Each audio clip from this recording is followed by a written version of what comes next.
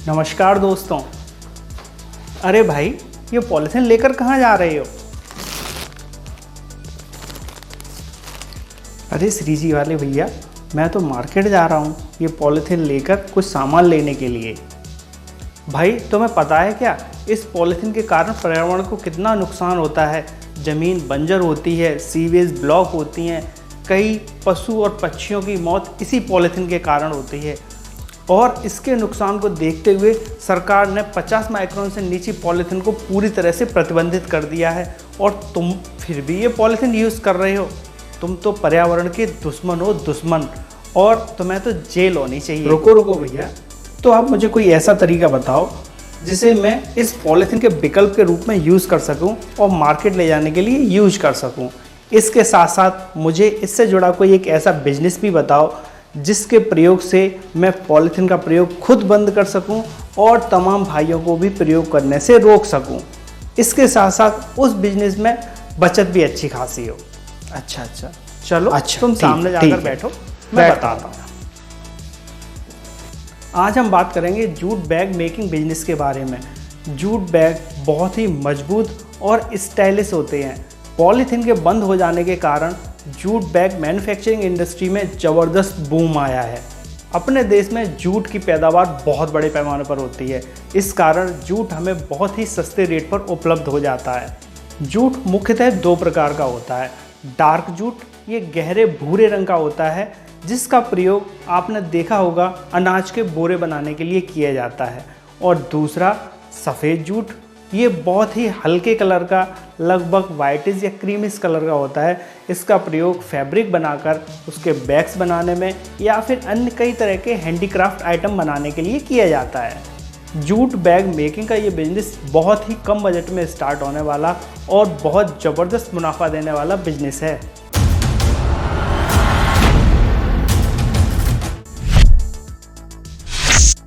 Jute के bag बनाने के लिए वाइट जूट फैब्रिक को बल्क में खरीदा जाता है।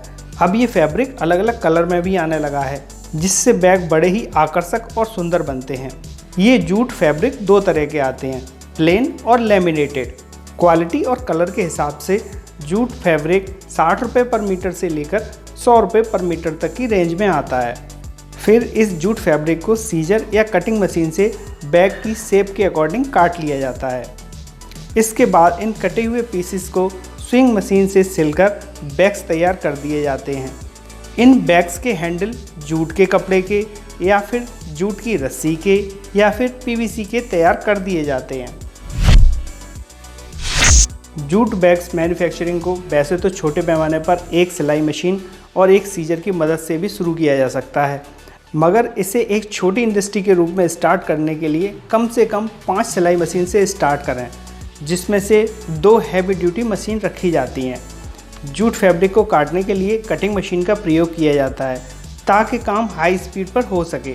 जूट फैब्रिक आपको यदि लोकल मार्केट से मिल जाता है तो आप वहां से परचेज़ कर सकते हैं या फिर इंडिया मार्ट वेबसाइट पर जाकर डीलर से भी परचेज़ कर सकते हैं। वैसे कुछ जूट फैब्रिक डीलर्स और मशीन्स के लिंक हमने अपने डिस्क्रिप्शन बॉक्स में अवेलेबल करा दिए हैं, जहां से आप पर्टिकुलर साइट पर जाकर और ज़्यादा डिटेल पता कर सकते हैं। जूट बैग मैन्युफैक्चरिंग का बिजनेस 500 से लेकर 1000 स्क्वायर फीट के एरिया से आसानी से स्टार्ट किया जा सकता है। आप चाहें तो इस काम को अपने घर से भी शुरू कर सकते हैं। यदि आप जूट बैग मैन्युफैक्चरिंग का बिजनेस 5 मशीन्स के साथ स्टार्ट कर रहे हैं तो आपको 5 टेलर्स और 2 हेल्पर्स की ज़रूरत पड़ेगी। इसके साथ साथ इस बिजनेस को करने के लिए आपको 2 किलोवाट का इलेक्ट्रिसिटी कनेक्शन भी लेना होगा। अगर हम लाइसेंसेस की बात करें तो उद्योग आधार, जीएसटी नंबर और आपकी फर्म का रजिस्ट्रेशन, इतना ही काफ़ी है इस बिजनेस को स्टार्ट करने के लिए। यदि आप चाहें तो इन डॉक्यूमेंट्स के आधार पर आप अपने बिजनेस को करने के लिए मुद्रा ऋण भी ले सकते हैं। बहुत ही छोटे पैमाने पर यदि आप जूट बैग मैन्युफैक्चरिंग का बिजनेस स्टार्ट करना चाह रहे हैं तो इसे मात्र एक मशीन से भी स्टार्ट कर सकते हैं। ये काम आपका मात्र 30,000 रुपये में शुरू हो जाएगा। लेकिन अगर आप थोड़ा सा बड़े इंडस्ट्री लेवल पे स्टार्ट करना चाह रहे हैं और 5 मशीन्स के साथ स्टार्ट करना चाह रहे हैं तो इस बिज़नेस को करने की टोटल लागत आपकी लगभग 2.5 लाख रुपए आएगी, जिसमें आपकी 5 मशीन्स के साथ साथ आपकी कटिंग मशीन और इसके अलावा आपका रॉ मटेरियल भी सम्मिलित रहेगा। भाइयों, इस बिजनेस को करने के लिए इंडियन गवर्नमेंट की ministry of textile handicraft department के अंतर्गत आपको 2 लाख रुपए तक की सब्सिडी प्रोवाइड कराती है। अगर आप चाहें तो वो 2 लाख रुपए की सब्सिडी लेकर इस बिज़नेस को ना के बराबर पैसे इन्वेस्ट करके भी बहुत आसानी से शुरू कर सकते हैं, क्योंकि ये इको फ्रेंडली बिजनेस है। गवर्नमेंट भी चाहती है कि पॉलीथीन जल्दी से जल्दी मार्केट से हटे और उसके विकल्प के रूप में जूट के बने बैग्स का प्रयोग लोग ज़्यादा से ज़्यादा करने लगें। अगर प्रॉफिट की बात की जाए तो इस बिज़नेस को करके आप 100% से लेकर 400% तक का मुनाफा बहुत आसानी से ले सकते हैं। वो डिपेंड करता है कि आप किस तरह की डिज़ाइन के बैग्स बना रहे हैं, उस पे आप किस तरह की प्रिंटिंग का यूज़ कर रहे हैं। तैयार बैग्स को आप ऑनलाइन और ऑफलाइन दोनों तरीके से बहुत ही आसानी से सेल कर सकते हैं। ऑनलाइन सेल करने के लिए आप किसी भी ई-कॉमर्स साइट का सहारा ले सकते हैं, जैसे अमेजॉन, फ्लिपकार्ट, स्नैपडील, ईबे आदि बहुत सारी साइट्स हैं जिनके थ्रू आप अपने तैयार बैग्स को सेल कर सकते हैं। ऑनलाइन सेल करने के लिए आपको अपने बैग्स की डिज़ाइन बहुत ज़्यादा आकर्षक रखनी होगी। आपकी जो प्रिंटिंग रहे वो भी बहुत ज़्यादा अट्रैक्टिव रहे।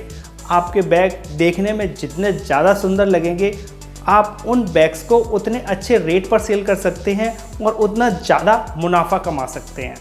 ऑफलाइन सेल करने के लिए आप अपने एरिया के बैग डीलर्स, बैग शॉपकीपर्स से संपर्क कर सकते हैं और उनको अपना तैयार माल बहुत आसानी से सेल कर सकते हैं।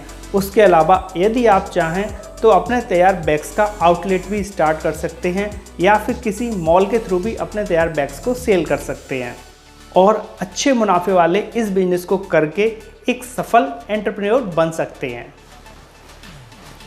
इतना शानदार बिजनेस आइडिया बताने के लिए बहुत बहुत धन्यवाद भैया।